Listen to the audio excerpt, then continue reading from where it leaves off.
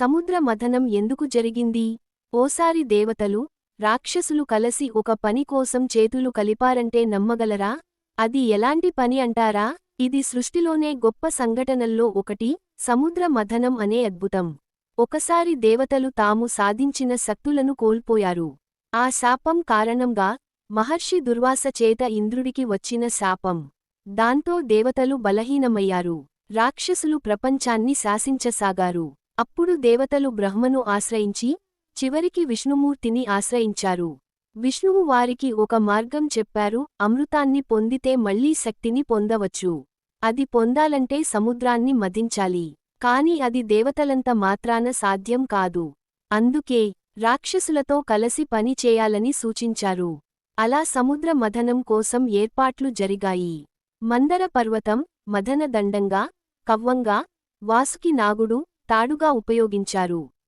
దేవతలు వాసుకి తోకవైపు పట్టుకున్నారు, రాక్షసులు తలవైపు. ఇది తర్వాత గొడవలకు దారి తీసింది. మథనం మొదలైంది. కాని మొదటగా బయటకొచ్చింది విషం, హాలాహలం. అది ఎలాంటి విషమంటే, అది చూడగానే దేవతలు చలించిపోయారు. వాసుకి మంటల్లో కాలిపోతూ కేకలు వేస్తుంది. ఆ విషం వేడి వల్ల ప్రపంచం మొత్తం కాలిపోబోతోంది. పక్షులు ఎగిరిపోయాయి. పర్వతాలు కంపించాయి. అప్పుడు అందరూ భయంతో ఒకే ఒక్కరి దగ్గరకి వెళ్లి మొక్కుకున్నారు. శివుడు ధ్యానంలో ఉన్నప్పటికీ భక్తుల పిలుపుకు స్పందించాడు. శివుడు వచ్చి ఆ విషాన్ని తీసుకున్నారు.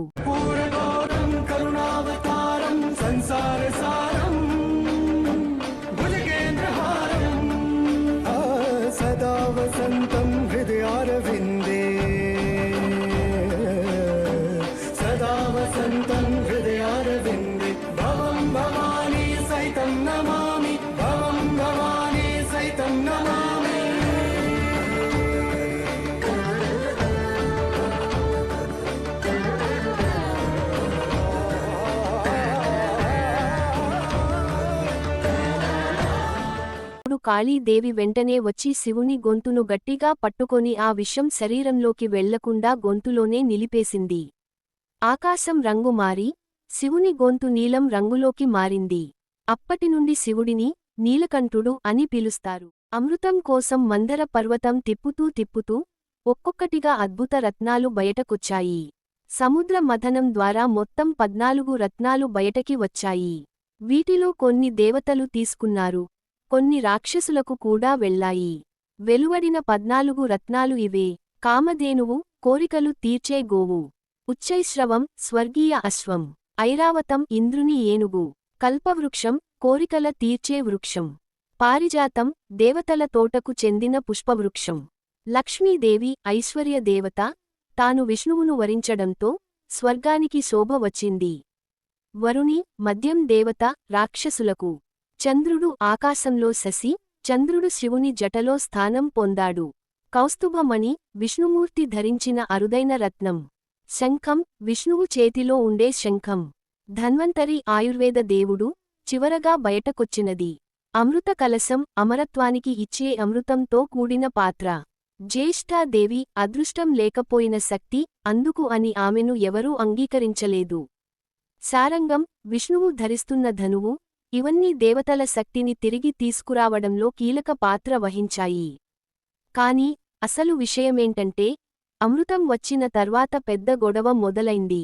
అమృతం ఎవరు తాగాలి అనే విషయంలో దేవతలు, రాక్షసులు యుద్ధానికి సిద్ధం అయ్యారు. దేవతలు, రాక్షసులు ఒకే అమృతాన్ని తాగాలి అనుకున్నారు. రాక్షసులు అమృతాన్ని లాక్కోవాలని ప్రయత్నించారు. దేవతలు భయంతో విష్ణువును ప్రార్థించారు, ప్రభూ, ఈ అమృతాన్ని రక్షించండి, లేకపోతే రాక్షసులు శాశ్వతంగా బలవంతులు అవుతారు. విష్ణువు ఒక మాయమైన మార్గం ఎంచుకున్నాడు. విష్ణువు తన శక్తిని ఉపయోగించి మోహినిగా, ఒక అద్భుతమైన సుందరిగా మారాడు. అందంతో, మాయతో రాక్షసుల మనసు మోహించాడు. ఆమె మాట్లాడుతూ, నాకు ఈ అమృతాన్ని సమానంగా పంచే బాధ్యత ఇవ్వండి. రాక్షసులు వెంటనే అంగీకరించారు. అమృతాన్ని ఆమెకు అప్పగించారు. మోహినిగా మారిన విష్ణువు అమృతాన్ని దేవతలకు మాత్రమే ఇచ్చారు. రాక్షసులు మోహిని మాయలో పడిపోయారు. కాని అందులో ఒకరు మాత్రం చీకటి ప్రణాళికలోకి దిగాడు. ఆ రాక్షసుని పేరు స్వర్భాను.